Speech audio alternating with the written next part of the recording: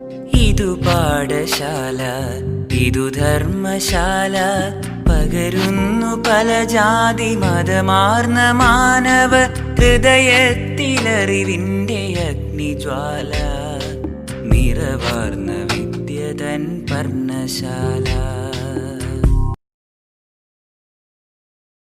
First chapter ആയിട്ടുള്ള solid സ്റ്റേറ്റിൻ്റെ കുറച്ച് കാര്യങ്ങളാണ് നമ്മളിന്ന് പഠിക്കുന്നത്. നമ്മളിത് ഫസ്റ്റ് ഇയറിൽ പരിചയപ്പെട്ടിട്ടുള്ള സ്റ്റേറ്റ്സ് ഓഫ് മാറ്റർ, അങ്ങനെ ഒരു ചാപ്റ്റർ നിങ്ങൾ ഫസ്റ്റ് ഇയർ പഠിച്ചിട്ടുണ്ടല്ലോ. അതിൻ്റെ കണ്ടിന്യൂവേഷൻ ആയിട്ടാണ് സോളിഡ് സ്റ്റേറ്റ് എന്ന ചാപ്റ്ററിൽ നമുക്ക് കുറേ കാര്യങ്ങൾ പഠിക്കാനുള്ളത്. ഇപ്പോൾ സ്റ്റേറ്റ്സ് ഓഫ് മാറ്ററിൽ നിങ്ങൾ ഗ്യാഷ്യസ് സ്റ്റേറ്റ്സും ലിക്വിഡ് സ്റ്റേറ്റ്സും നിങ്ങൾ ഒരുപാട് കാര്യങ്ങൾ നിങ്ങൾ പഠിച്ചിട്ടുണ്ട്. ഈ വർഷം നമുക്ക് സോളിഡ് സ്റ്റേറ്റിനെ കുറിച്ചാണ് പഠിക്കാനുള്ളത്. അപ്പം നമുക്ക് നോക്കാം എന്താണ് ഒരു മാറ്റർ എന്ന് പറയുന്നത് എന്താണെന്ന് നോക്കാം. മാറ്റർ എന്ന് പറഞ്ഞു കഴിഞ്ഞാൽ ഏതൊരു വസ്തുവിനാണോ അതിന് ഇരിക്കാൻ ആവശ്യമായിട്ടുള്ള സ്പേസും അതിൻ്റെതായിട്ടുള്ള മാസമുള്ള വസ്തുക്കളെയാണ് നമ്മൾ മാറ്റർ എന്ന് വിളിക്കുക. അതായത് anything that occupies space and mass. അങ്ങനെ മാറ്റേഴ്സിനെ കുറിച്ച് പറയുകയാണെങ്കിൽ നമുക്ക് മാറ്റേഴ്സിന് പൊതുവായിട്ട് 5 സ്റ്റേറ്റ് ആണുള്ളത്. Solid state, liquid state, gaseous States, plasma States and Bose-Einstein condensation state. ഈ പ്ലാസ്മ സ്റ്റേറ്റ്സും ബോസ്-ഐൻസ്റ്റീൻ കണ്ടൻസേഷൻ സ്റ്റേറ്റ്സും നമ്മൾ ഹയർ ക്ലാസ്സിൽ പഠിക്കാവുന്ന കാര്യങ്ങളാണ്. ഈ 5 സ്റ്റേറ്റ്സ് ഉണ്ടെന്ന് നമ്മൾ മനസ്സിലാക്കി വെക്കുക. പ്ലാസ്മ സ്റ്റേറ്റും ബോസ്-ഐൻസ്റ്റീൻ കണ്ടൻസേഷൻ സ്റ്റേറ്റും അങ്ങനെ 2 സ്റ്റേറ്റ് കൂടെ നമുക്ക് ഫെമിലിയർ ആയിട്ട് 3 സ്റ്റേറ്റുകളാണുള്ളത്. Solid state, liquid state, gaseous state ആണ് നമ്മൾ ചെറിയ ക്ലാസ് മുതലേ പഠിച്ചിട്ടുള്ളത്. ഇനി 2 സ്റ്റേറ്റും കൂടി ഉണ്ട്, പ്ലാസ്മ സ്റ്റേറ്റ്സും ബോസ്-ഐൻസ്റ്റീൻ കണ്ടൻസേഷൻ സ്റ്റേറ്റ് കൂടിയാണുള്ളത്. അത് നമ്മൾ ഹയർ ലെവൽ ക്ലാസ്സിലാണ് അതിനെക്കുറിച്ചൊക്കെ നമുക്ക് പഠിക്കാനുള്ളത്. ഇനി ലിക്വിഡ് സ്റ്റേറ്റിനെ കുറിച്ചും ഗ്യാഷ്യസ് സ്റ്റേറ്റ്സിനെ കുറിച്ചും നിങ്ങൾ ഫസ്റ്റ് ഇയർ ഓൾമോസ്റ്റ് എല്ലാ കാര്യങ്ങളും പഠിച്ചിട്ടുണ്ട്. ഇനി ഈ വർഷം നമുക്ക് പഠിക്കാനുള്ളത് സോളിഡ് സ്റ്റേറ്റ് ആണ്. ഈ വർഷം നമുക്ക് പഠിക്കാനുള്ളത്. ഇനി നമുക്ക് ഈ 3 സ്റ്റേറ്റിൻ്റെയും സോളിഡ് സ്റ്റേറ്റിൻ്റെയും ലിക്വിഡ് സ്റ്റേറ്റിൻ്റെയും ഗ്യാഷ്യസ് സ്റ്റേറ്റ്സിൻ്റെയും പാർട്ടിക്കിൾ അറേഞ്ച്മെൻ്റ് ആണ് ഈ കാണിച്ചിരിക്കുന്നത്. നമ്മൾ ചെറിയ ക്ലാസ്സിലെല്ലാം ഈ പാർട്ടിക്കിൾസ് അറേഞ്ച്മെന്റ്സ് ഇതുപോലെയുള്ള അറേഞ്ച്മെന്റ്സ് ഒക്കെ നിങ്ങൾ കണ്ടിട്ടുണ്ട്. ഒന്നും കൂടെ നിങ്ങളുടെ ഓർമ്മ പുതുക്കാനായിട്ടാണ് ഈ സ്ലൈഡ് കാണിച്ചിട്ടുള്ളത്. അപ്പോൾ ഇതിൽ നോക്കുക, നമ്മൾ സോളിഡിലാണെങ്കിൽ പാർട്ടിക്കിൾസ് എങ്ങനെയാണ്? പാർട്ടിക്കിൾസ് എല്ലാം വളരെ വളരെ അടുത്താണ്, ക്ലോസ്ലി ആയിട്ടാണ് പാക്ക് ചെയ്തിരിക്കുന്നത്. എന്നാൽ ഗ്യാഷ്യസ് സ്റ്റേറ്റ്സിൽ എങ്ങനെയാണ്? അവർക്ക് പാർട്ടിക്കിൾസിന് കുറച്ചും കൂടെ മൂവ്മെന്റ്, ഫ്രീ ആയിട്ടുള്ള മൂവ്മെന്റ് പോസിബിൾ ആയിട്ടുള്ളതാണ് ഏത് സ്റ്റേറ്റ്? Gaseous state. ഇതിന്റെ രണ്ടിന്റെയും ഇടയ്ക്കാണ് ഏത് സ്റ്റേറ്റ് വന്നിട്ടുള്ളത്? ലിക്വിഡ് സ്റ്റേറ്റ് വന്നിട്ടുള്ളത്. അപ്പൊ നമ്മൾ ഒരു കാര്യമാണ് ഇവിടെ മനസ്സിലാക്കേണ്ടത്, സോളിഡ് സ്റ്റേറ്റ്സിൽ പാർട്ടിക്കിൾസ് വളരെ വളരെ വളരെ അടുത്താണ് സ്ഥിതി ചെയ്യുന്നത്. ഇനി കഴിഞ്ഞ സ്ലൈഡിൽ നമ്മൾ കണ്ടു അല്ലെ, പാർട്ടിക്കിൾസിന്റെ അറേഞ്ച്മെന്റ് ഒക്കെ കണ്ടു. അതിൽ നിന്ന് നമുക്ക് 2 കാര്യങ്ങളാണ് നമുക്ക് മനസ്സിലാക്കാനുള്ളത്. ഏതൊരു മാറ്ററിനും 2 ഒപ്പോസിംഗ് ഫോഴ്സസ് ഉണ്ടായിരിക്കും. Matter has 2 opposing forces. ഏതൊക്കെ ഫോഴ്സസ് ആണത്? Intermolecular forces and thermal energy. Intermolecular force എന്ന് പറഞ്ഞാൽ എന്താ? the force which keeps the particles close together. അങ്ങനെയുള്ള ഫോഴ്സിനെയാണ് നമ്മൾ എന്ത് പറയാ? Intermolecular forces. എന്താണ് പറഞ്ഞത്? ഇന്റർമോളിക്കുലാർ ഫോഴ്സ് എന്ന് പറഞ്ഞു കഴിഞ്ഞാൽ the particles ക്ലോസ് ടുഗദർ. എങ്ങനെയാണോ പാർട്ടിക്കിൾസ് വളരെ വളരെ വളരെ ക്ലോസ് ആയിട്ടാണ് ഉള്ളതെങ്കിൽ ആ മാറ്ററിൽ ഉണ്ടായിരുന്ന ഫോഴ്സ് എന്തായിരിക്കും? Intermolecular forces. എന്നാൽ ഗ്യാഷ്യസ് സ്റ്റേറ്റ്സിൽ നമ്മൾ കണ്ടു പാർട്ടിക്കിൾസ് എല്ലാം വെരി ലാർജ് അപ്പാർട്ട്, അതായത് പാർട്ടിക്കിൾസ് എല്ലാം വളരെ വളരെ അപ്പാർട്ടായിട്ടാണ് കിടക്കുന്നതെങ്കിൽ അവരെയാണ് നമ്മൾ എന്ത് വിളിക്കുക? തെർമൽ എനർജി കൂടുതലുള്ള സ്റ്റേറ്റ് ആണെന്ന് പറയും. അപ്പൊ ഈ 2 സ്റ്റേറ്റും നമ്മൾ കണ്ടു. അപ്പൊ നമുക്ക് എന്ത് കാര്യം മനസ്സിലായി? ഇന്റർമോളിക്കുലാർ ഫോഴ്സസ് അല്ലെങ്കിൽ പാർട്ടിക്കിൾസ്, കോൺസ്റ്റന്റ് പാർട്ടിക്കിൾസ് തമ്മിലുള്ള ഫോഴ്സസ് അല്ലെങ്കിൽ അവർ തമ്മിലുള്ള അട്രാക്ഷൻ വളരെ കൂടുതലാണെങ്കിൽ ആ മാറ്റർ ഏത് സ്റ്റേറ്റിലോട്ടായിരിക്കും സ്ഥിതി ചെയ്യുക? സോളിഡ് സ്റ്റേറ്റിലും. ഇനി പാർട്ടിക്കിൾസ് തമ്മിലുള്ള അട്രാക്ഷൻ വളരെ കുറവാണ്, അവർ തമ്മിലുള്ള അട്രാക്ഷൻ വളരെ കുറവ്, അവർക്ക് വളരെ ഫ്രീ ആയിട്ട് മൂവ് ചെയ്യാൻ കഴിയുകയാണെങ്കിൽ അപ്പൊ നമ്മൾ എന്ത് പറയും? ആ സ്റ്റേറ്റ്സിന് തെർമൽ എനർജിയാണ് കൂടുതലുള്ളത്. When the intermolecular forces is greater than the thermal energy, the matter exists in the solid state. ആ കാര്യമാണ് നമുക്ക് മനസ്സിലാക്കാനുള്ളത്. ഇന്റർമോളിക്കുലാർ ഫോഴ്സസ്, പാർട്ടിക്കിൾസ് തമ്മിലുള്ള ഫോഴ്സസ് വളരെ വളരെ സ്ട്രോങ്ങർ ആണ്, അല്ലെങ്കിൽ ആ പാർട്ടിക്കിൾസ് വളരെ അടുത്താണ് സ്ഥിതി ചെയ്യുന്നതെങ്കിൽ, വളരെ ക്ലോസ്ലി ആയിട്ടാണ് പാക്ക് ചെയ്തിട്ടുള്ളതെങ്കിൽ മാറ്റർ ഡെഫിനറ്റ്ലി ഏത് സ്റ്റേറ്റിലായിരിക്കും? സോളിഡ് സ്റ്റേറ്റിലായിരിക്കും ഒക്യുപ്പൈ ചെയ്യുക.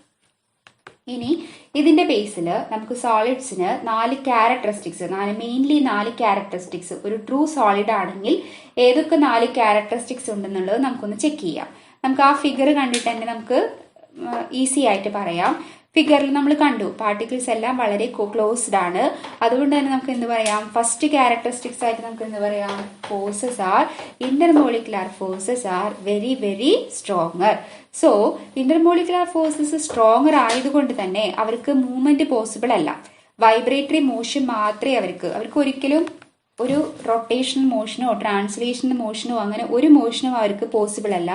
അവർക്ക് ഫിക്സഡ് ആയിട്ടുള്ള പൊസിഷൻസ് ഉണ്ടായിരിക്കും. കാരണം എന്താണ്, രണ്ട് പാർട്ടിക്കിൾസ് തമ്മിൽ ഒരുപാട് അട്രാക്ഷൻസ് ഉണ്ടാകും. സോ അവർക്ക് ഒരിക്കലും അവിടെ ഒരു ഫ്രീ മൂവ്മെന്റ് പോസിബിൾ അല്ല. So the particles have fixed positions. അതിൻ്റെതായിട്ടുള്ള ഫിക്സഡ് ആയിട്ടുള്ള പൊസിഷൻസ് അവർക്ക് ഉണ്ടാവും. ആ ഫിക്സഡ് പൊസിഷൻസിൽ ഇരുന്നു കൊണ്ടുള്ള വൈബ്രേറ്ററി മോഷൻ മാത്രമേ അവർക്ക് അവിടെ പോസിബിൾ ആയിട്ട് മാറുള്ളൂ. അപ്പോൾ രണ്ടാമത്തെ ക്യാരക്ടറിസ്റ്റിക്സ് എന്താ, പാർട്ടിക്കിൾസ് ഹാവ് ഫിക്സഡ് പൊസിഷൻസ്. അതുകൊണ്ട് തന്നെ സോളിഡ് സ്റ്റേറ്റിന് നമുക്ക് ഡെഫിനിറ്റ് ആയിട്ടുള്ള മാസ്, ഷേപ്പ് ആൻഡ് വോളിയം നമുക്ക് ഡിഫൈൻ ചെയ്യാം. ഒരു സോളിഡിന് ഡെഫിനിറ്റ് ആയിട്ടുള്ള മാസ് ഉണ്ടായിരിക്കും, ഷേപ്പ് ഉണ്ടായിരിക്കും ആൻഡ് വോളിയം ഉണ്ടായിരിക്കും. കാരണം എന്താണ്, the particles have fixed position. എന്തുകൊണ്ടാണ് പാർട്ടിക്കിൾസിന് ഫിക്സഡ് പൊസിഷൻ വരുന്നത്? Because the intermolecular forces are very very stronger than liquid state and gaseous states. So the solid state has definite mass, shape and volume. ഇനി നമ്മൾക്കറിയാം gaseous States, ഗ്യാസിനെ എല്ലാം നമുക്ക് compress ചെയ്യാൻ പറ്റും. കാരണം എന്താണ്, നമ്മളൊരു ഫോഴ്സ് അപ്ലൈ ചെയ്യുമ്പോൾ അതിന്റെ പാർട്ടിക്കിൾസ് ഒരുപാട് ഫ്രീ സ്പേസിലാണല്ലോ കിടക്കുന്നത്. ആ ഫ്രീ സ്പേസിനെ നമുക്ക് കംപ്രസ് ചെയ്യാനായിട്ട് സാധിക്കും. പ്രഷർ കൊടുത്തുകൊണ്ട് നമുക്ക് കംപ്രസ് ചെയ്യാനായിട്ട് സാധിക്കും. എന്നാൽ സോളിഡ് സ്റ്റേറ്റിൽ നമുക്കത് പോസിബിൾ അല്ല. കാരണം എന്താണ്, പാർട്ടിക്കിൾസ് ഓൾറെഡി ക്ലോസ്ഡ് ആണ്. അവിടെ ഫ്രീ സ്പേസ് പോസിബിൾ അല്ല, ഫ്രീ മൂവ്മെന്റ് പോസിബിൾ അല്ല. അതുകൊണ്ട് തന്നെ സോളിഡ് സ്റ്റേറ്റ് എന്തായിരിക്കും, ഇൻകംപ്രസ്ഡ് സ്റ്റേറ്റിലായിരിക്കും എപ്പോഴും ഒരു സോളിഡ് പാർട്ടിക്കിൾസ് ഉണ്ടാകുക. അപ്പൊ നമ്മൾ 4 ക്യാരക്ടറിസ്റ്റിക്സ് ആണ് നമ്മൾ പഠിച്ചത്. എന്തിന്റെ ബേസിലാണ് ഈ 4 ക്യാരക്ടറിസ്റ്റിക്സ് ഉള്ളത്? Intermolecular forces are stronger. ഇതിന്റെ ഈ ഒരു കൺസെപ്റ്റിലാണ് നമ്മൾ 4 ക്യാരക്ടറിസ്റ്റിക്സ് നമ്മൾ പഠിച്ചത്. ഇന്റർമോളിക്കുലാർ ഫോഴ്സസ് സ്ട്രോങ്ങർ ആണ്. So the particles have fixed position, so they have definite mass, shape and volume and they are in compressed state. ഇനി നമുക്ക് സോളിഡ്സിന്റെ ക്ലാസിഫിക്കേഷനെ കുറിച്ചാണ് അടുത്തതായിട്ട് പഠിക്കാനുള്ളത്. നമ്മൾ വെറുതെ ചിന്തിച്ച് നോക്കിയാൽ തന്നെ അറിയാം, നമ്മൾ ഈ ഡേ ടു ഡേ ലൈഫിൽ നമ്മൾ പലതരത്തിലുള്ള സോളിഡ്സ് കാണുന്നുണ്ട്. ഇപ്പോൾ ടീച്ചർ ഒരു എക്സാമ്പിൾ ആയിട്ട് പറയാം, നമ്മൾ അയൺ കണ്ടിട്ടുണ്ട്. സോ ഏറ്റവും ഹാർഡ് ആയിട്ടുള്ളതാണ് അയൺ. എന്നാൽ ഏറ്റവും സോഫ്റ്റ് ആയിട്ടുള്ള ഒരു കേക്ക് പീസ് പോലും നമുക്ക് വളരെ ഫെമിലിയർ ആണ്. അതിന്റെ രണ്ടിന്റെയും ഇടയ്ക്ക് നമുക്കൊരു പ്ലാസ്റ്റിക് പാർട്ടിക്കിൾസിനെ ആലോചിക്കുമ്പോഴോ ഈ സോളിഡ് സ്റ്റേറ്റിലുള്ള അയണിനേക്കാളും കേക്ക് പീസിനേക്കാളും രണ്ടിന്റെയും ഇടയിലാണ് ആർക്കുള്ളത്, പ്ലാസ്റ്റിക് കിടക്കുന്നത് അല്ലെ. അതിന്റെ ആ കോൺസ്റ്റിറ്റ്യൂവന്റ് പാർട്ടിക്കിൾസിന്റെ വെച്ചിട്ട് നമുക്ക് പ്ലാസ്റ്റിക്കിനെ നമുക്ക് മിഡിലായിട്ട് കൊടുക്കാം. ഇങ്ങനെ പലതരത്തിലുള്ള സോളിഡ്സ് ഉണ്ട്. അങ്ങനെ ഈ പലതരത്തിലുള്ള സോളിഡ്സിനെ നമ്മൾ ക്ലാസിഫൈ ചെയ്യാനാണ് അടുത്തത് നമുക്കുള്ളത്. മെയിൻ ആയിട്ട് നമ്മൾ രണ്ടായിട്ടാണ് ക്ലാസിഫൈ ചെയ്തിരിക്കുന്നത്, crystalline solids and amorphous solids. 2 തരത്തിലാണ് നമ്മുടെ classification, crystalline solids and amorphous solids. ഇനി ക്രിസ്റ്റലൈൻ സോളിഡ്സും എമോർഫസ് സോളിഡ്സും എങ്ങനെയാണെന്നുള്ളതാണ് നമ്മൾ നോക്കുന്നത്. ഈ 2 പിക്ചറും നമുക്ക് നന്നായി ശ്രദ്ധിച്ചു നോക്കാം. ഇനി ഫസ്റ്റ് പിക്ചറിലോട്ട് നമ്മൾ കോൺസെൻട്രേറ്റ് ചെയ്യാണ്. ക്രിസ്റ്റലൈൻ സോളിഡ്സിൽ നോക്കുമ്പോൾ നമുക്ക് കാണാം ആദ്യത്തെ റോല് അല്ലെ, ഗ്രീൻ പാർട്ടിക്കിൾസും അവിടെ റോസ് പാർട്ടിക്കിൾസും നമുക്ക് അവിടെ വിസിബിൾ ആണ്. ഇനി ആദ്യത്തെ റോല് നമുക്ക് 4 പാർട്ടിക്കിൾസ് ആണ് ഉള്ളത്. അടുത്ത റോല് നമുക്ക് 3 പാർട്ടിക്കിൾസ് ആണുള്ളത്. എഗെയിൻ നമ്മൾ തേർഡ് റോയിലേക്ക് പോകുമ്പോൾ അവിടെ 4 പാർട്ടിക്കിൾസ് ആണ്. വീണ്ടും നമ്മൾ നോക്കുമ്പോൾ എന്താണ്, 3 പാർട്ടിക്കിൾസ് ആണ്. ഇങ്ങനെ ഒരു റെഗുലർ അറേഞ്ച്മെന്റ് ആണ് ഈ ക്രിസ്റ്റലൈൻ സോളിഡ്സിൽ നമുക്ക് ത്രൂ ഔട്ട് കാണാൻ പറ്റുക. ആദ്യത്തെ റോല് 4 പാർട്ടിക്കിൾസ് ഉണ്ടായി, പിന്നത്തെ റോല് 3 പാർട്ടിക്കിൾസ് ഉണ്ടായി, പിന്നെയും 4, പിന്നെയും 3. അപ്പൊ എഗെയിൻ എന്താണ്, ഈ റെഗുലർ പാറ്റേൺ തന്നെയാണ് നമ്മൾ ഇവിടെ ഒബ്സർവ് ചെയ്യുന്നത്. ഇതിനെയാണ് നമ്മൾ എന്ത് വിളിക്കുക, ലോങ് റേഞ്ച് ഓർഡർ. അപ്പൊ നമ്മൾ എന്താണ് പഠിച്ചത്, ഒരു ക്രിസ്റ്റലൈൻ സോളിഡ് ആണെങ്കിൽ നമ്മൾ പഠിച്ചു 2 തരത്തിലുള്ള ക്ലാസിഫിക്കേഷൻ ഉണ്ട്, ക്രിസ്റ്റലൈൻ സോളിഡ് ആൻഡ് എമോർഫസ് സോളിഡ്. ഇനി ആദ്യത്തെ ക്ലാസിഫിക്കേഷൻ ആണെങ്കിൽ എന്താ, ക്രിസ്റ്റലൈൻ സോളിഡിൽ നമ്മൾ എന്താ കണ്ടത്, റെഗുലർ ആയിട്ടുള്ള അറേഞ്ച്മെന്റ് ആണ് നമുക്ക് കണ്ടത്. റെഗുലർ ആയിട്ടുള്ള 3 ഡയമെൻഷണൽ അറേഞ്ച്മെന്റ് ആണ് നമ്മൾ കാണുന്നത്. അതിനെയാണ് നമ്മൾ എന്ത് വിളിക്കുക, ലോങ് റേഞ്ച് ഓർഡർ എന്ന് പറയുന്നത്. നേരെ മറിച്ച് നമ്മൾ എമോർഫസ് സോളിഡ്സിലാണെന്നുണ്ടെങ്കിലോ, എമോർഫസ് സോളിഡ്സിൽ നമുക്ക് ഇങ്ങനെ ഒരു റെഗുലർ അറേഞ്ച്മെന്റ് അവിടെ കാണുന്നില്ല അല്ലെ. പാർട്ടിക്കിൾസ് എല്ലാം നമുക്ക് അങ്ങനെ ഓരോ റോയിലും ഇത്ര പാർട്ടിക്കിൾസ് ആണ്, അങ്ങനെ ഒരു റെഗുലർ ആയിട്ടുള്ള സിമെട്രിക്കൽ ആയിട്ടുള്ള ഒരു സിസ്റ്റം അല്ല നാം അവിടെ കാണുന്നത്. അതിനെയാണ് നമ്മൾ എന്ത് വിളിക്കുക? Short range order. അപ്പോൾ റെഗുലർ ആയിട്ടുള്ള arrangement through out the crystal, 3 dimensional ആയിട്ടുള്ള ഒരു ക്രിസ്റ്റൽ എടുക്കുമ്പോൾ through out the crystal regular arrangement ആണ് ഉള്ളതെങ്കിൽ അതിനെ നമ്മൾ ക്രിസ്റ്റലൈൻ സോളിഡ് എന്നും ആ അറേഞ്ച്മെന്റിനെ നമ്മൾ ലോങ് റേഞ്ച് ഓർഡർ എന്നും വിളിക്കുന്നു. എന്നാൽ നേരെ മറിച്ച് ഇതുപോലെയുള്ള റെഗുലർ ആയിട്ടുള്ള അറേഞ്ച്മെന്റ് ഇല്ലാത്ത സോളിഡ്സിനെ നമ്മൾ എന്ത് വിളിക്കും? എമോർഫസ് സോളിഡ്സ് എന്നും പറയും. ഇനി അടുത്തത് നോക്കി നോക്കുക. നമുക്കിവിടെ ഒരു ഡെഫിനിറ്റ് ഷേപ്പ് പോസിബിൾ ആണ്. ക്രിസ്റ്റലൈൻ സോളിഡ്സിൽ നമുക്കിവിടെ ഒരു ഡെഫിനിറ്റ് ഷേപ്പ് പോസിബിൾ ആണ്. നേരെ മറിച്ച് എമോർഫസ് സോളിഡ്സിൽ നമുക്ക് അങ്ങനെ ഒരു ഡെഫിനിറ്റ് ഷേപ്പ് ഒന്നും പോസിബിൾ അല്ല. ഒരു ഇൻഡെഫിനിറ്റ് ഷേപ്പാണ്, അല്ലെങ്കിൽ റെഗുലർ അല്ലാത്ത, നോട്ട് റെഗുലർ അല്ലാത്ത ഒരു ഷേപ്പാണ് അവിടെ പോസിബിൾ ആയിട്ടുള്ളത്, എമോർഫസ് സോളിഡ്സിൽ പോസിബിൾ ആയിട്ടുള്ളത്. ഇനി അടുത്തത് നമുക്ക് ഒരു ക്രിസ്റ്റലൈൻ സോളിഡ്സിനെ നമ്മൾ ഹീറ്റ് ചെയ്യുമ്പോൾ, നമുക്ക് ഷാർപ്പ് മെൽറ്റിംഗ് പോയിന്റ് ആണ് ലഭിക്കുക. അതായത് അതുകൊണ്ട് എന്താ ഉദ്ദേശിക്കുന്നതെന്ന് വെച്ച് കഴിഞ്ഞാൽ നമ്മളിപ്പോൾ ഒരു 120 ഡിഗ്രി സെന്റിഗ്രേഡിൽ ചൂടാക്കി.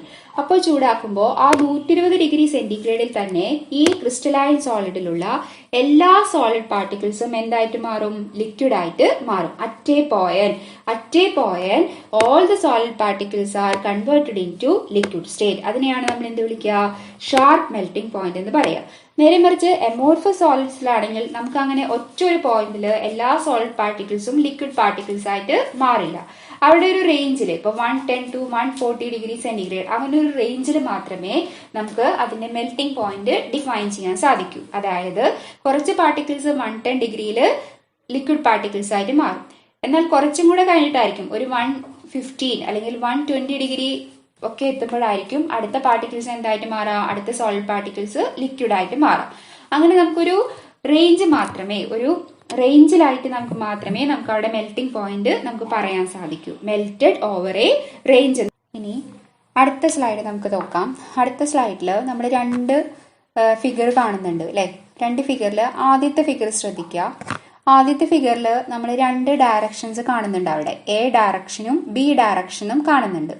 എ ഡയറക്ഷനിൽ നോക്കി നോക്കുക. ഫസ്റ്റ് ഡയറക്ഷൻ ആയിട്ടുള്ള എ ഡയറക്ഷൻ ശ്രദ്ധിക്കുക.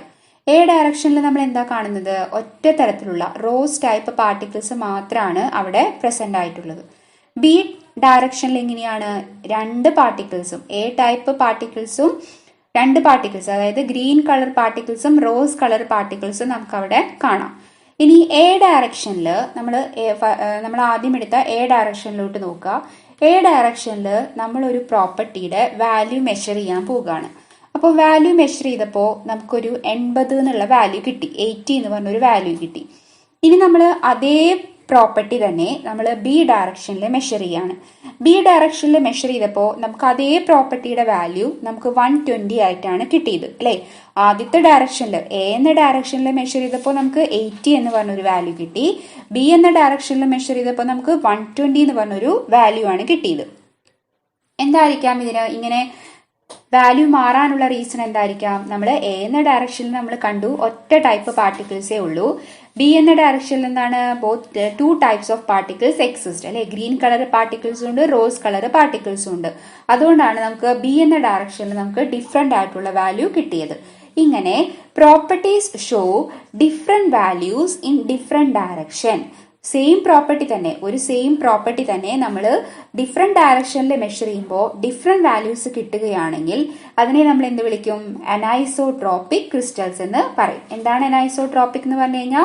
Properties show different values in different direction. A എന്ന ഡയറക്ഷനിൽ മെഷർ ചെയ്തപ്പോൾ നമുക്ക് 80 എന്ന് പറഞ്ഞൊരു വാല്യൂ കിട്ടി. ബി എന്ന ഡയറക്ഷനിൽ നമുക്ക് മെഷർ ചെയ്തപ്പോൾ നമുക്ക് 120 എന്ന് പറഞ്ഞൊരു വാല്യൂ കിട്ടി. ഏത് സോൾട്ടിന്റെ ഏത് പ്രോപ്പർട്ടി ആയിക്കോട്ടെ, മെൽറ്റിംഗ് പോയിന്റ്, ബോയിലിംഗ് പോയിന്റ്, അല്ലെങ്കിൽ specific heat capacity, refractive index, അങ്ങനെ ഏതൊരു പ്രോപ്പർട്ടീസ് ആണെങ്കിലും നമ്മൾ ഇങ്ങനെ മെഷർ ചെയ്യുമ്പോൾ, ഓരോ ഡയറക്ഷനിൽ മെഷർ ചെയ്യുമ്പോൾ നമുക്ക് ഡിഫറെന്റ് വാല്യൂസ് ആണ് കിട്ടുന്നതെങ്കിൽ അത്തരത്തിലുള്ള ക്രിസ്റ്റൽസിനെയാണ് നമ്മൾ എന്ത് പറയുക? അനൈസോട്രോപിക് ക്രിസ്റ്റൽസ് എന്ന് വിളിക്കുക.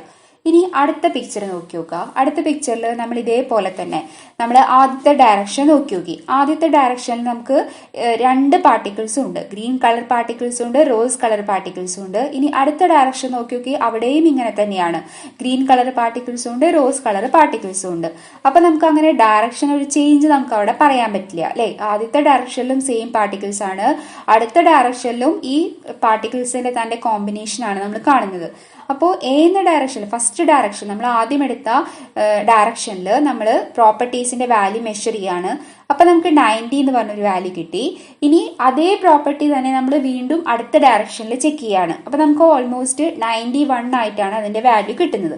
അപ്പൊ അവിടെ ഈ ഫസ്റ്റ് നമ്മൾ കണ്ട പോലെ വാല്യൂസിന് ഒരുപാട് വ്യത്യാസം ഒരുപാട് ഡിഫറൻസ് നമുക്ക് അവിടെ കാണാനായിട്ട് സാധിക്കുന്നില്ല അല്ലെ. ആദ്യത്തെ വാല്യൂസിനോട് ഏകദേശം ഓൾമോസ്റ്റ് ക്ലോസ് ആയിട്ടാണ് നമുക്ക് അടുത്ത വാല്യൂ കിട്ടുന്നത്. അത്തരത്തില്, അതായത് properties show same values in different direction. നമ്മൾ ഏത് ഡയറക്ഷനിൽ എടുത്താലും നമുക്ക് ഏകദേശം ഓൾമോസ്റ്റ് സെയിം വാല്യൂസ് ആണ് കിട്ടുന്നതെങ്കിൽ അത്തരത്തിലുള്ള ഒരു ക്രിസ്റ്റലിനെയാണ് നമ്മൾ എന്ത് പറയാ, ഐസോട്രോപിക് ക്രിസ്റ്റൽസ് എന്ന് പറയാം. അപ്പൊ എന്താണ് ഐസോട്രോപിക് എന്ന് പറഞ്ഞു കഴിഞ്ഞാൽ properties show same values in different direction. ഇതിനെയാണ് നമ്മൾ എന്ത് പറയാ, ഐസോട്രോപിക് ക്രിസ്റ്റൽസ് എന്ന് വിളിക്കുക. ഇനി ഈ പിക്ചർ കാണുമ്പോൾ തന്നെ നിങ്ങൾക്ക് മനസ്സിലാവുന്നുണ്ടാകും ഏതായിരിക്കാം അനൈസോട്രോപിക് ക്രിസ്റ്റൽസ്, അല്ലെങ്കിൽ അനൈസോട്രോപിക് ക്രിസ്റ്റൽ എന്ന് പറയുന്നത് എമോർഫസ് ആയിരിക്കോ, ക്രിസ്റ്റലൈൻ ആയിരിക്കോ? ഡെഫിനറ്റ്ലി അത് ക്രിസ്റ്റലൈൻ പാർട്ടിക്കിൾസ് ആയിരിക്കും. കാരണം എന്താ, ഇവിടെ കണ്ടോ, അനൈസോട്രോപിക് ക്രിസ്റ്റൽസിൽ നമ്മൾ ആദ്യം കണ്ട പിക്ചറിൽ ഒരു ലോങ് റേഞ്ച് ഓർഡർ ആണ്, അതായത് ഒരു റെഗുലർ പാറ്റേൺ ആണ് അവിടെ ഫോളോ ചെയ്യുന്നത്. റെഗുലർ പാറ്റേൺ ആണ് ത്രൂ ഔട്ട് ദ ക്രിസ്റ്റൽ, അത് ഫോളോ ചെയ്യുന്നത് ഒരു റെഗുലർ പാറ്റേൺ ആണ്.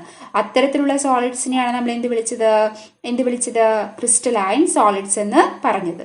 ഇനി അടുത്തത് നമ്മൾ കണ്ടു, അതായത് പ്രത്യേകിച്ച് ഒരു സിമെട്രി ഒന്നുമില്ല, ലോങ് റേഞ്ച് ഓർഡർ ഫോളോ ചെയ്യുന്നില്ല.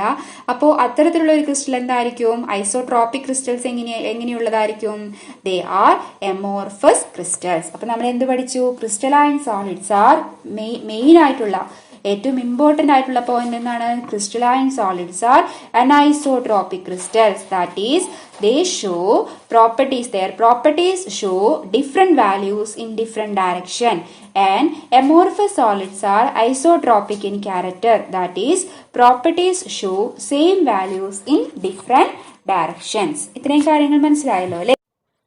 അപ്പോൾ ഇതിന്റെ ബേസിൽ നമുക്ക് നമ്മൾ ഈ രണ്ട് പിക്ചേഴ്സ് കഴിഞ്ഞ 2 സ്ലൈഡിലായിട്ട് നമ്മൾ കണ്ടു. അതിന്റെ ബേസിൽ നമുക്ക് ഇതിനെ ഒന്ന് ഡിഫൈൻ ചെയ്യാം.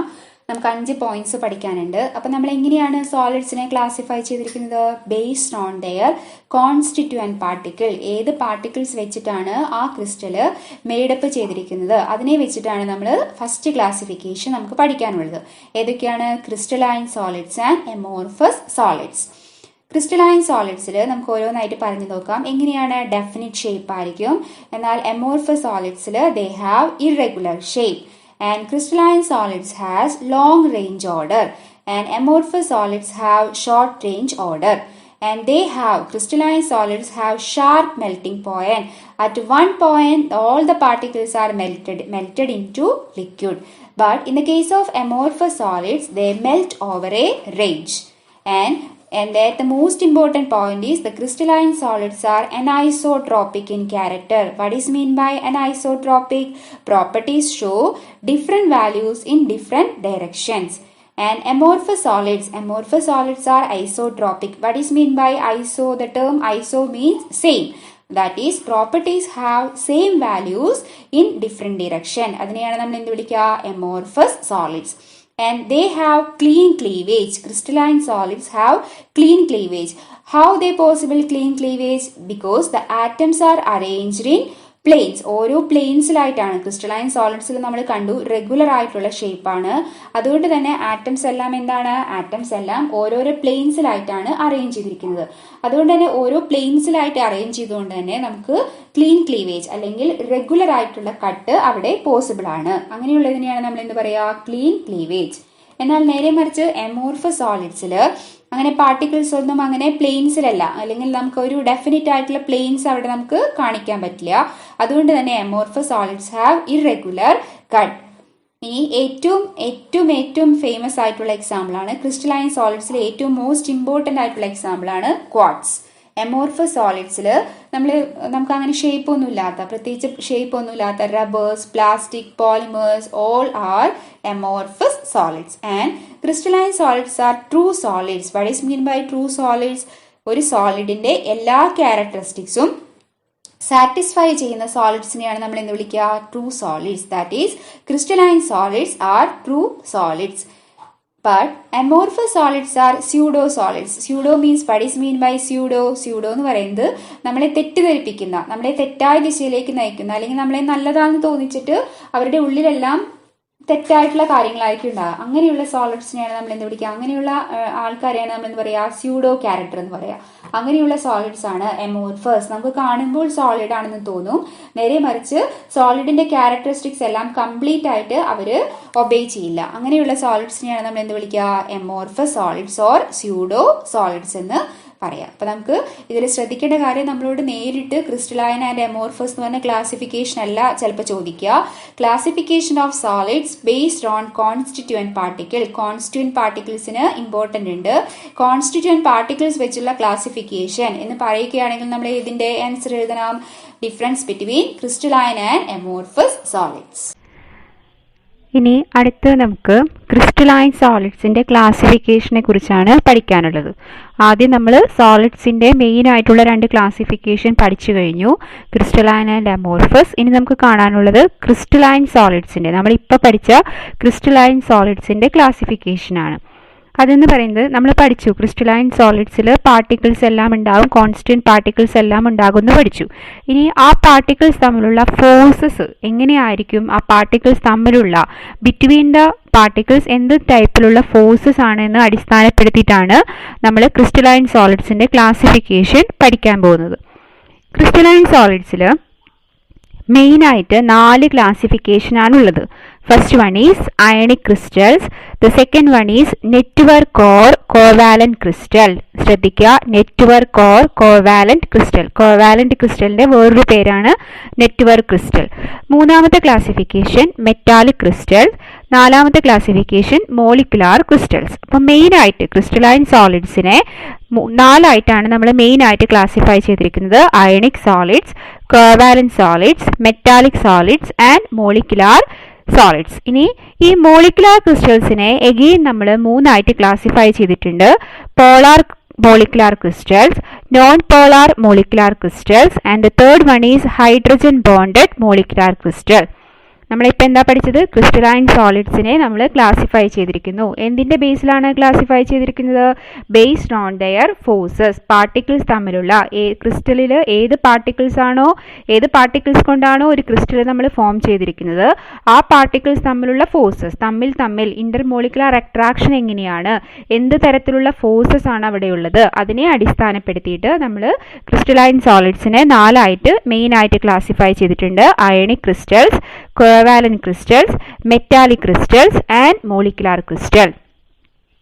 ഇനി മോളിക്കുലാർ ക്രിസ്റ്റൽസിനെ തന്നെ നമ്മൾ 4ാമത് പഠിച്ച മോളിക്കുലാർ ക്രിസ്റ്റൽസിനെ നമ്മൾ വീണ്ടും 3ആയിട്ട് ക്ലാസിഫൈ ചെയ്തിരിക്കുകയാണ്: polar, non polar and hydrogen bonded. ഇതാണ് നമ്മളുടെ ക്രിസ്റ്റലൈൻ സോളിഡ്സിന്റെ ക്ലാസിഫിക്കേഷൻ നമുക്ക് പഠിക്കാൻ.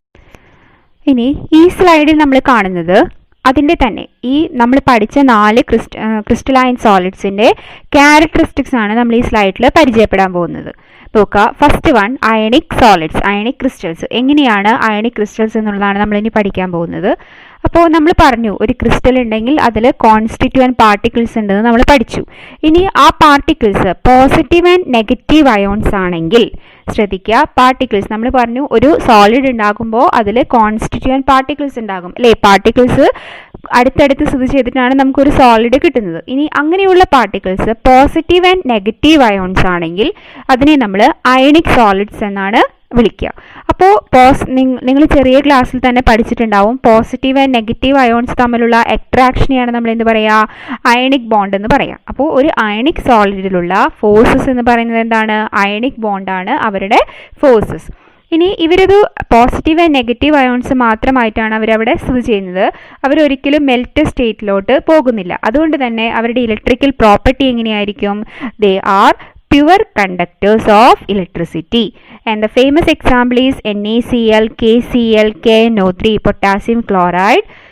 Sodium chloride and potassium nitrate. അപ്പം നമ്മൾ ഫസ്റ്റ് ക്ലാസിഫിക്കേഷൻ എന്താ പഠിച്ചത്? ആദ്യത്തെ ക്ലാസിഫിക്കേഷനാണ് ക്രിസ്റ്റലൈൻ സോളിഡ്സിലെ ആദ്യത്തെ ക്ലാസിഫിക്കേഷനാണ് അയണിക് സോളിഡ്സ് എന്ന് പറയുന്നത്.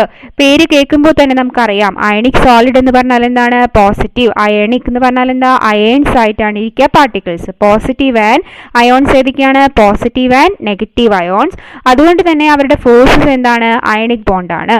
ഇനി സോളിഡ് സ്റ്റേറ്റിലായതുകൊണ്ട് തന്നെ അവർ മെൽറ്റഡ് ആകുന്നില്ല. So they are pure conductors of electricity. ഇനി അടുത്ത എക്സാമ്പിളാണ് നമ്മൾ പഠിച്ചത് കോവാലന്റ് ക്രിസ്റ്റലാണ് അടുത്ത ക്ലാസിഫിക്കേഷൻ പഠിച്ചത്.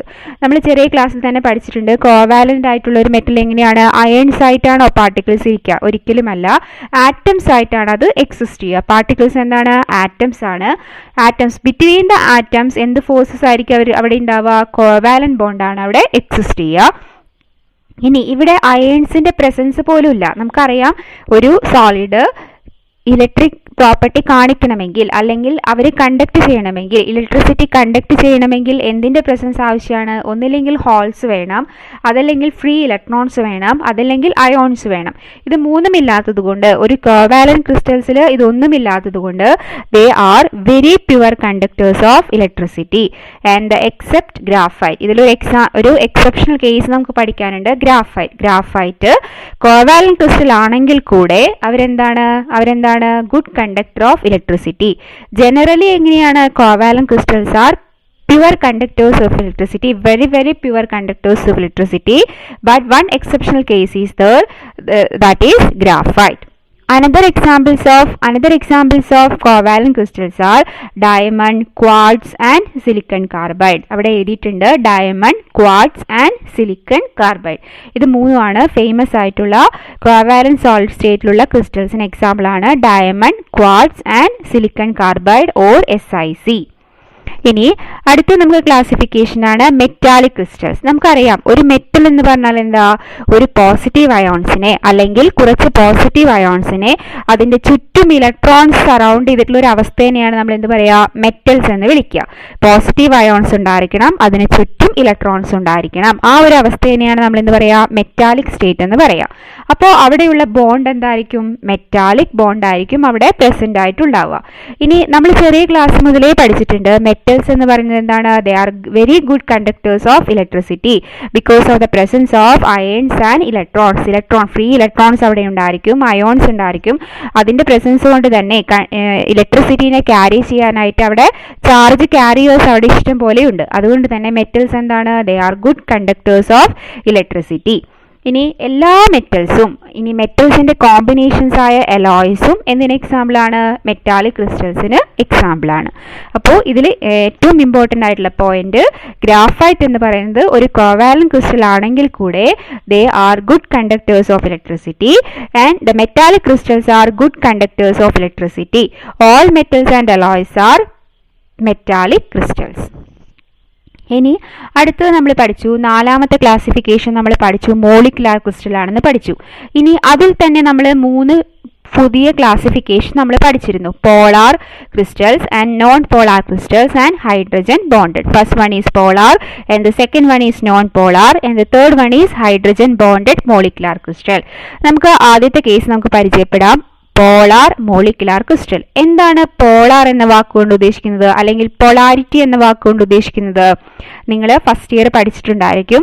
എന്താണ് പോളാർ സബ്സ്റ്റൻസ് അല്ലെങ്കിൽ എന്താണ് പൊളാരിറ്റി എന്ന് പറഞ്ഞു കഴിഞ്ഞാൽ ചാർജ് സെപ്പറേഷൻ ഉള്ള മോളിക്യൂൾസിനെയാണ് നമ്മൾ എന്ത് വിളിക്കുക? പോളാർ മോളിക്യൂൾസ് എന്ന് പറയാം, അല്ലെങ്കിൽ പൊളാരിറ്റി. പൊളാരിറ്റി എന്ന് പറഞ്ഞാൽ എന്താ? അവിടെ മസ്റ്റ് ആയിട്ടും ഒരു ചാർജ് സെപ്പറേഷൻ വേണം. അങ്ങനെയുള്ള മോളിക്യൂൾസിനെയാണ് നമ്മൾ എന്ത് പറയുക? പോളാർ മോളിക്യൂൾസ് എന്ന് വിളിക്കുക. ഇപ്പോൾ ഉദാഹരണമായിട്ട് നമ്മളൊരു HCl മോളിക്യൂൾ എടുത്തു. HCl മോളിക്യൂളിൽ നമുക്കറിയാം ഹൈഡ്രജനും ക്ലോറിനും ഇടയിൽ ഒരു ബോണ്ട് ഉണ്ട്. ആ ബോണ്ടിലുള്ള ഇലക്ട്രോൺസിനെ നമുക്കറിയാം ഒരു ബോണ്ട് ഫോം ചെയ്യണമെങ്കിൽ മിനിമം എത്ര ഇലക്ട്രോൺസ് വേണം? 2 ഇലക്ട്രോൺസ് വേണം. ഈ 2 ഇലക്ട്രോൺസ് നമ്മൾ ക്ലോറിനാണ് ഈ 2 ഇലക്ട്രോൺസിനെ കൂടുതലായിട്ട് വലിച്ചെടുക്കുക. കാരണം എന്താണ്? Compared to hydrogen chlorine is more electronegative. So ഈ ബോണ്ടിലുള്ള ഹൈഡ്രജന്റെയും ക്ലോറിന്റെയും ഇടയിലുള്ള ഈ ബോണ്ടിലുള്ള ഇലക്ട്രോൺസിനെ ക്ലോറിനാണ് മോർ പുൾ ചെയ്തെടുക്കുക. അപ്പോൾ ക്ലോറിന് എന്ത് ചാർജ് വരും? ക്ലോറിന് നെഗറ്റീവ് ചാർജും ഹൈഡ്രജന് പോസിറ്റീവ് ചാർജുമായിട്ടാണ് HCl മോളിക്യൂൾ എക്സിസ്റ്റ് ചെയ്യുക. So there is A charge separation. ഇങ്ങനെ ചാർജ് സെപ്പറേഷനുള്ള മോളിക്യൂൾസിനെയാണ് നമ്മൾ എന്ത് വിളിക്കുക? Polar molecules. അവയ്ക്കിടയിലുള്ള ബോണ്ടിനെയാണ് നമ്മൾ എന്ത് പറയുക? Dipole dipole forces. അപ്പോൾ നമ്മൾ ബേസിക് ആയിട്ട് എന്താണ് പഠിച്ചത്? എന്താണ് പൊളാരിറ്റി? ചാർജ് സെപ്പറേഷനുള്ള മോളിക്യൂൾസ് ആണ് പോളാർ മോളിക്യൂൾ. അവർക്കിടയിലുള്ള ബോണ്ട് എന്താണ്? Dipole dipole forces. And the another example of molecular polar crystal is molecular CO2. CO2 is a famous example of polar molecule. ഇനി second one is known polar molecular crystal. Non polar എന്ന് പറഞ്ഞാൽ അപ്പം എന്തായിരിക്കും? Polar എന്ന് പറഞ്ഞാൽ നമ്മൾ പറഞ്ഞു charge സെപ്പറേഷനുള്ള മോളിക്യൂൾസിനെയാണ് നമ്മൾ എന്ത് വിളിക്കുക? പോളാർ മോളിക്യൂൾസ് എന്ന് പറയാം. അപ്പോൾ ഡെഫിനറ്റ്ലി നോൺ പോളാർ സബ്സ്റ്റൻസ് എന്തായിരിക്കും? ഇങ്ങനെ ചാർജ് സെപ്പറേഷൻ ഇല്ലാത്ത, positive and negative ion charge separation ഇല്ലാത്ത മോളിക്യൂൾസിനെയാണ് നമ്മൾ എന്ത് വിളിക്കുക? നോൺ പോളാർ മോളിക്യൂൾസ് എന്ന് പറയുന്നത്. നോൺ പോളാർ ഇപ്പം നോക്കുക, നമ്മളൊരു H2 മോളിക്യൂൾ എടുത്തു. H2 മോളിക്യൂൾ എന്ന് പറഞ്ഞാൽ എന്താണ്?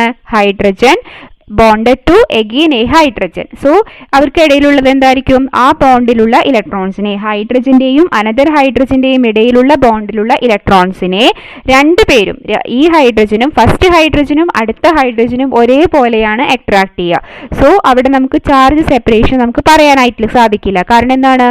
രണ്ട് ആറ്റംസും സിമിലർ ആയിട്ടുള്ള ആറ്റംസ് ആണ്. അതുപോലെ തന്നെ O2, Cl2 എല്ലാ എക്സാമ്പിളിലും എങ്ങനെയാണ്? അവിടെ നമുക്കൊരു ചാർജ് സെപ്പറേഷൻ നമുക്ക് കാണാൻ കഴിയില്ല. കാരണം രണ്ട് ആറ്റത്തിന്റെയും ഇലക്ട്രോ നെഗറ്റിവിറ്റി സെയിം ആണ്.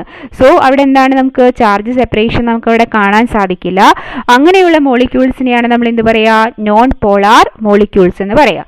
നോൺ പോളാർ മോളിക്യൂൾ അതായത് ചാർജ് സെപ്പറേഷൻ ഇല്ലാത്ത മോളിക്യൂൾസിൽ കാണുന്ന ഫോഴ്സസ് ആണ് എന്ത്? Dispersion or London forces. ഇനി അടുത്തതാണ് മൂന്നാമത്തെ ക്ലാസിഫിക്കേഷൻ ആണ് ഹൈഡ്രജൻ ബോണ്ടഡ്. എന്താണ് ഹൈഡ്രജൻ ബോണ്ടിങ് എന്ന് പറഞ്ഞു കഴിഞ്ഞാൽ? ബേസിക്കലി ഹൈഡ്രജൻ ബോണ്ടിങ് എന്ന് പറഞ്ഞാൽ എന്താ?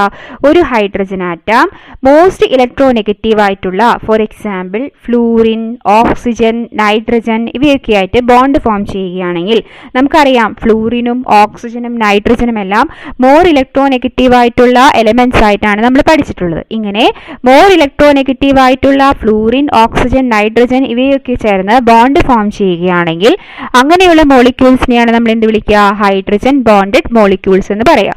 അങ്ങനെ ഹൈഡ്രജൻ ബോണ്ടിങ് ഉള്ള മോളിക്യൂൾസിനെയാണ്, ഹൈഡ്രജൻ ബോണ്ടിങ് ഉള്ള മോളിക്യൂൾസും ഏത് ക്ലാസിഫിക്കേഷനിലാണ് വരിക? മോളിക്കുലാർ ക്രിസ്റ്റൽസ് ആണ്.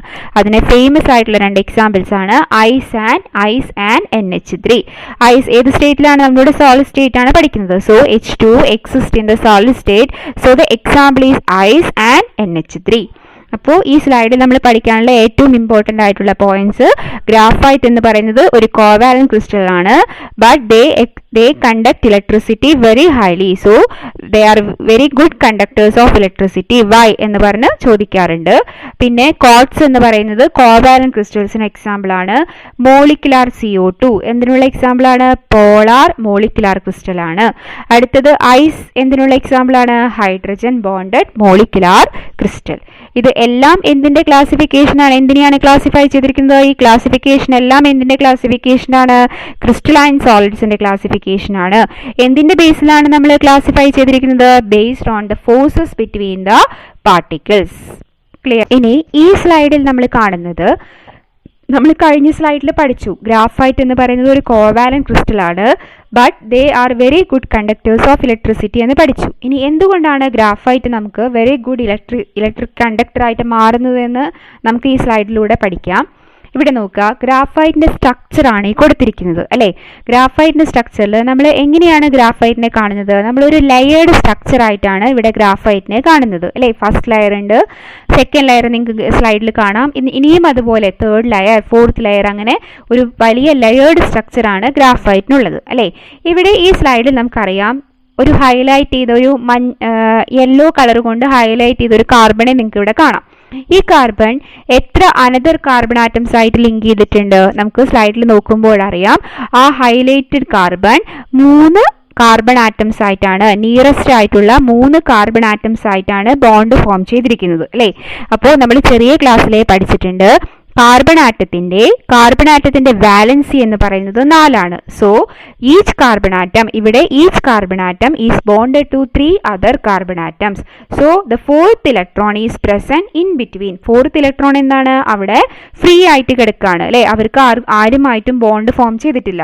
So the fourth electron is present in between the layers. ഇങ്ങനെ ഫ്രീ ഇലക്ട്രോൺ ഉള്ളത് കൊണ്ടാണ്, ഈ ലെയേഴ്സിൻ്റെ എല്ലാം ഇടയിൽ ഇങ്ങനെ ഒരുപാട് ഫ്രീ ഇലക്ട്രോൺസ് ഉള്ളത് കൊണ്ടാണ് ഗ്രാഫൈറ്റ് എന്തായിട്ട് മാറുന്നത്? Graphite is A good conductor of electricity. ഇനി ഗ്രാഫൈറ്റിൻ്റെ അനന്തർ യൂസ് ആണ്, അതൊരു ലൂബ്രിക്കൻ്റ് ആയിട്ട് യൂസ് ചെയ്യാൻ സാധിക്കും.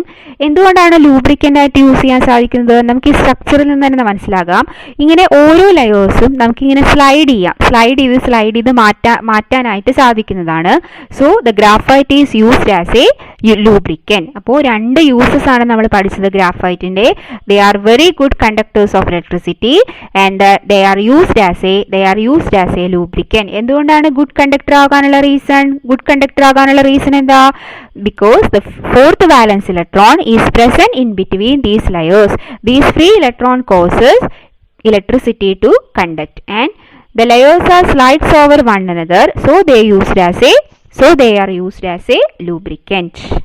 സോ നമുക്ക് എന്ത് പറയാം? ഇത് നമുക്ക് എങ്ങനെ വേർഡ്സിൽ നമുക്ക് എങ്ങനെ പറയാം? Carbon atoms arranged in different layers. നമ്മൾ കഴിഞ്ഞ സ്ലൈഡിൽ കണ്ടു, ഗ്രാഫൈറ്റിൻ്റെ സ്ട്രക്ചർ നമ്മൾ കണ്ടു. അവിടെ ഓരോ കാർബൺ ആറ്റംസും ഡിഫറെൻറ്റ് ലെയേർഡ് ആയിട്ടുള്ള സ്ട്രക്ചറാണ് കാർബൺ ആറ്റംസിന് അവിടെയുള്ളത്. So each carbon atom is bonded to 3 of its neighbours, അല്ലേ? 3 കാർബൺ ആറ്റംസ് ആയിട്ടാണ് അവിടെ ഓരോ കാർബൺ ആറ്റംസും 3 നൈബറിങ് കാർബൺ ആറ്റംസ് ആയിട്ടാണ് ബോണ്ട് ഫോം ചെയ്തിരിക്കുന്നത്. നമുക്കറിയാം ഒരു കാർബൺ ആറ്റത്തിന് 4 വാലൻസി. സോ 3 വാലൻസി അവിടെ സാറ്റിസ്ഫൈ ചെയ്ത് കഴിഞ്ഞു. 3 അനദർ കാർബൺ ആറ്റംസ് ആയിട്ട് അവർ ബോണ്ട് ഫോം ചെയ്ത് കഴിഞ്ഞു. So the 4th valence electron is present in between these layers and they are free to move. ആ പോയിന്റ് ആണ് ശ്രദ്ധിക്കേണ്ടത്. they are free to move. എങ്ങനെയുള്ള ഇലക്ട്രോൺസ് ആണ്? the 4th valence electron, they are not bonded to any other carbon atoms. So the 4th valence electron is present in between these layered structure and they are free to move. And these different layers slides one another, so they used as a lubricant. ഇത്രയും കാര്യങ്ങളാണ് നമുക്ക് ഈ ഒരു ചെറിയ ക്ലാസ്സിൽ നമുക്ക് പഠിക്കാനുള്ളത്.